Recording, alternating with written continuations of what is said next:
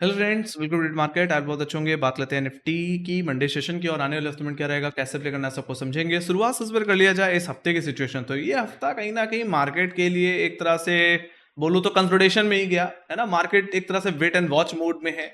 US Iran के war development पे focus कर रहा है और मैंने भी बोला पूरा का पूरा ग्लोबल मार्केट इस पे फोकस कर रहा है। और राइट, उसकी वजह से क्रूड ऑयल के प्राइसेस में भी काफी फ्लक्चुएशन है और ये अगेन हमारे मार्केट में कहीं ना कहीं एक दिक्कत क्रिएट करता है। सिंपल सी बात है, क्रूड ऑयल का प्राइस एक तरह से हमारे लिए इंडिकेटर बन गया है। क्रूड ऑयल का प्राइस ऊपर जाएगा, हमारा मार्केट नीचे जाएगा, और क्रूड ऑयल का प्राइस नीचे तो हमारा मार्केट ऊपर। एक तरह से रिलीफ की तरह देखा जाता है ना। और वो भी कहने की जियो टेंशन से ही रिलेटेड है क्रूड ऑयल का प्राइस भी। तो ये सब सिचुएशंस के बीच हम फंसे हुए हैं। साथ ही साथ और क्या चीजें हैं, Q4 numbers up to the mark नहीं है। Q4 आईटी की बात की जाए तो आईटी के है ना, आईटी सेक्टर ने भी कुछ खास नहीं किया। अगर एफएमसीजी की बात की जाए तो वहां पे भी मिक्स ही रहे रिजल्ट्स, कुछ वहां पे भी सरप्राइजिंग नहीं था। एसबीआई के रिजल्ट्स ने तो मूड ही खराब कर दिया। तो ये भी एक बहुत बड़ा कंसर्न था, है ना। सो फिलहाल कुछ ऐसा नहीं देखने को मिल रहा है ना। अगर आप यूएसडी और आईएनआर की अगर बात करो तो रुपया कमजोर हो रहा है, तो ये भी हमारे लिए एक बड़ा प्रेशर है। एफआईएस की बिकवाली रुकने का नाम नहीं ले रही है, तो हमारे लिए कुछ नया नहीं है ना। तो बट ये भी हमारे लिए एक निगेटिव ट्रिगर ही है। ऑलराइट, एफआईज अगर निकल रहे हैं, हॉट मनी अगर बाजार से जा रहा है, तो मार्केट में रैली को का सस्टेन होना, हाई लेवल्स पे टिकना थोड़ा मुश्किल हो जाता है। तो गवर्नमेंट पॉलिसीज में भी कुछ बदलाव की जरूरत है। तो इस पे तो हम बाद में बहुत आराम से बैठ के चर्चा कर सकते हैं। ऑलराइट, सो और क्या सिचुएशंस हैं। बाकी देखा जाए तो इंडिया विक्स तो थोड़ा कूल ऑफ हुआ है, ये चीज तो देखने वाली बात है। तो लेट्स सी, मतलब अब एक तरह से बोला जाए तो मार्केट थोड़ा काम जरूर हुआ है। कहीं ना कहीं यहाँ पे यूएस ईरान के डेवलपमेंट, मतलब क्या यूएस में अगर देखा जाए तो ट्रम्प ने साफ साफ बोला कि वो एपिक फ्यूरी खत्म कर रहे हैं, बंद कर रहे हैं, मतलब ऑपरेशन खत्म हो रहा है ईरान के खिलाफ। बट बाद में बीच में फिर से निकल के आता है कि यूएस ने फिर से ईरान पे हमला कर दिया। और फिर बाद में ट्रम्प से पूछा जाता है तो कहते हैं कि हम है ना पीस को मेंटेन करने के लिए ऐसा कर रहे हैं, सीज फायर अभी टूटा नहीं है। और ईरान बोल रहा है कि भाई अगर आपकी हरकतें ऐसी रही तो हम निगोशिएशन नहीं करेंगे।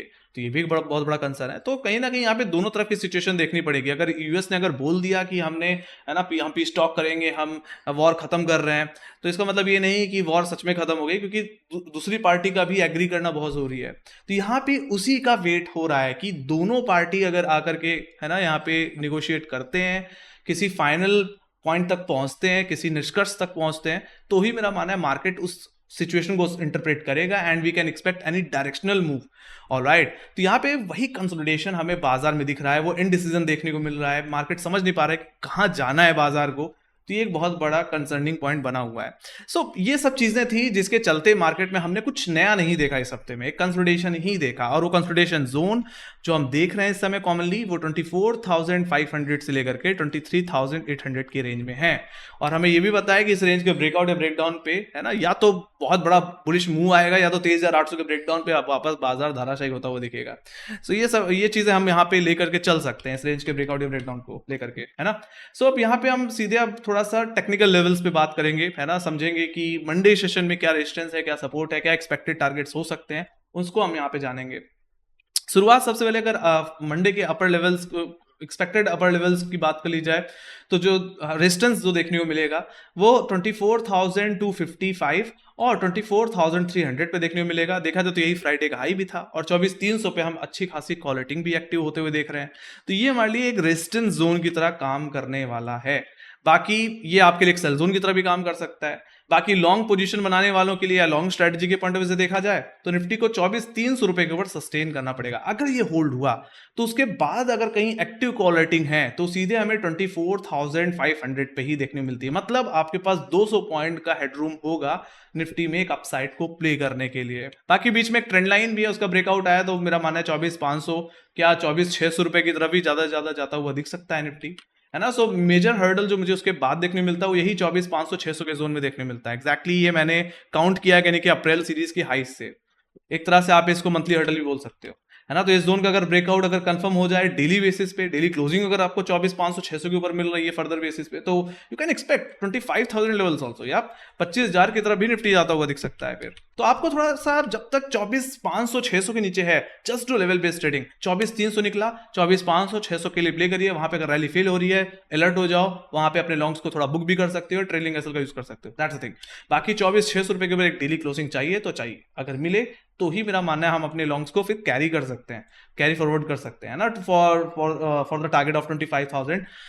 On the down side lower levels में सपोर्ट कहाँ है, तो फिलहाल फिर से हम फ्राइडे के लो को रेफरेंस लेंगे 24,125, that will be the immediate support. 24,100 पे भी हमें पुट राइटिंग देखने को मिली है, और फिर उसके बाद नेक्स्ट सपोर्ट आता है 24,067। ऑलराइट, ये क्या है, ये है निफ्टी का 20-डे एक्सपोनेंशियल मूविंग एवरेज। अगर आप ध्यान से देखो तो निफ्टी की इस हफ्ते में जो भी क्लोजिंग हुई है वो इस 20 डेमा के ऊपर हुई है, तो ये बहुत ज्यादा मैटर करता है गाइस, है ना। सो और अगर हम पिछले हफ्ते भी देखें तो 20 डेमा के ऊपर ही क्लोजिंग निफ्टी देता हुआ दिखा है, तो ये बहुत ही इंपॉर्टेंट सपोर्ट भी रहने वाला है। तो एक तरह से ऑप्शन डेटा के हिसाब से बोलूं तो 24,100 और 24,000 का जोन बहुत ही क्रुशियल रहने वाला है।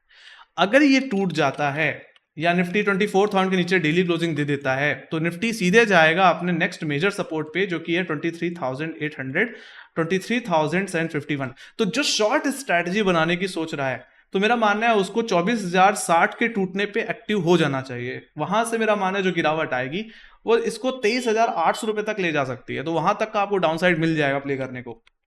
बाकी ये जोन हमारे लिए वीकली सपोर्ट जोन की तरह काम करेगा, मेजर सपोर्ट की तरह काम करेगा।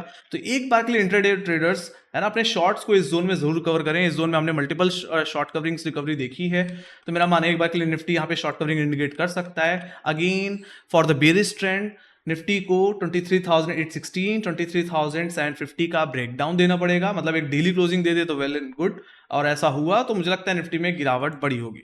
गिरावट निफ्टी को 23,500 रुपए, और उसके बाद जो हमने गैप पेंडिंग रह गया था निफ्टी का ओवरऑल, तो वो 23,000 के लेवल्स तक भी जाता हुआ दिख सकता है। तो मेजर शॉर्ट्स जो निफ्टी में क्रिएट होंगी वो 23,800 के टूटने पे ही होंगी, है ना। सो हमने क्या समझा कि जब तक इस रेंज में है need to be neutral, just do level based trading.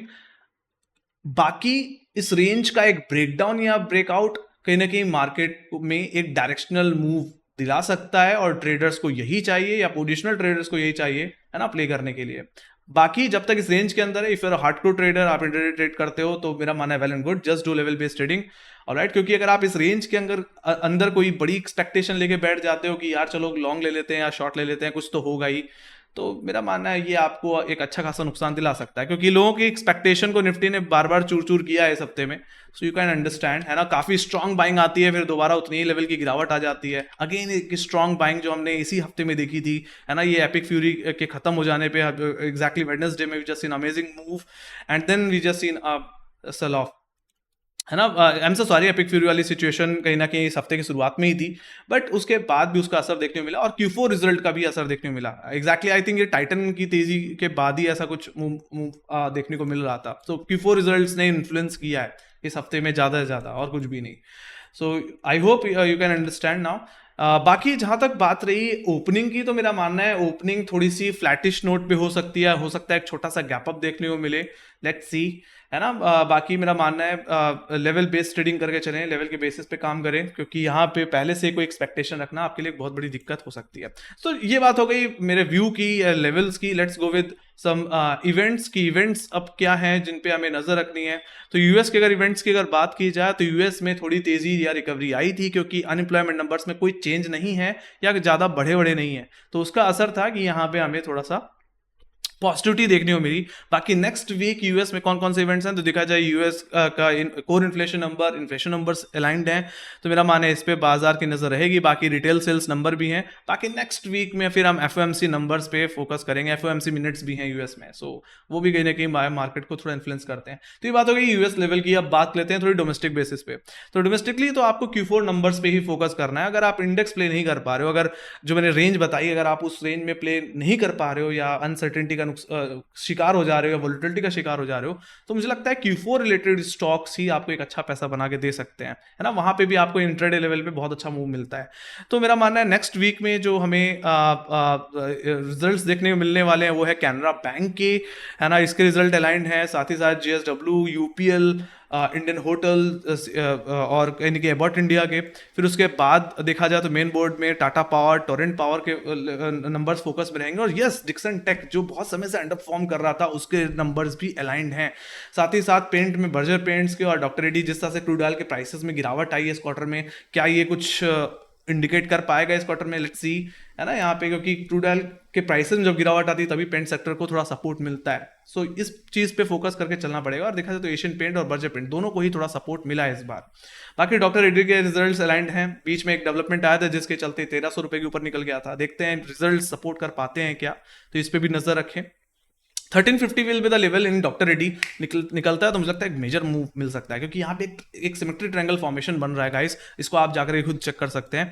बाकी जहां तक बात के लिए जाए बुधवार की, तो बुधवार को भारतीय रिटेल के रिजल्ट आने हैं, है ना, इसमें भी आपको फोकस करना पड़ेगा, ये भी कहने के इंडेक्स को अच्छा इन्फ्लुएंस कर लेता है, अच्छा वेटेज है इसका भी। सो भारतीय retail, Tata, TVS Motors, Tata Motors, देखा तो सेल्स नंबर ठीक ठाक ही देखने को मिले हैं, तो आई होप यहाँ पे कुछ रिजल्ट में भी कुछ बेहतरी देखने को मिल जाए इस बार। ऑलराइट, सो टाटा मोटर्स कॉमर्शियल व्हीकल्स के नंबर्स आने हैं, तो इस पे भी फोकस करें। ऑलराइट, तो बाकी बात कर ली जाए 14 मई की, तो यहाँ पे हिंदुस्तान एरोनॉटिक्स के HAL के नंबर से अलाइंड है, डेफिनेटली डिफेंस में काफ़ी अच्छा मूव आया है इस बीच, तो मुझे लगता है यहाँ पे भी थोड़ा और रिएक्शन पेंडिंग है, लेट्स सी। बाकी बात कर ली जाए मेटल सेक्टर की, तो JSW स्टील के रिजल्ट अलाइंड है, बाकी IRFC सॉरी, है ना, तो रेलवे सेक्टर में कुछ ज़्यादा देखने को मिलता नहीं है, देखते हैं फिलहाल रिजल्ट क्या कर पाते हैं। बाकी फिर उसके बाद TMPV के भी हैं, टाटा मोटर्स पैसेंजर व्हीकल्स के भी रिजल्ट अलाइंड है, हालांकि ये कुछ खास कर नहीं पाता, आई होप अर्निंग सपोर्ट कर जाएं। यूनाइटेड स्पिरिट्स के भी रिजल्ट अलाइंड है।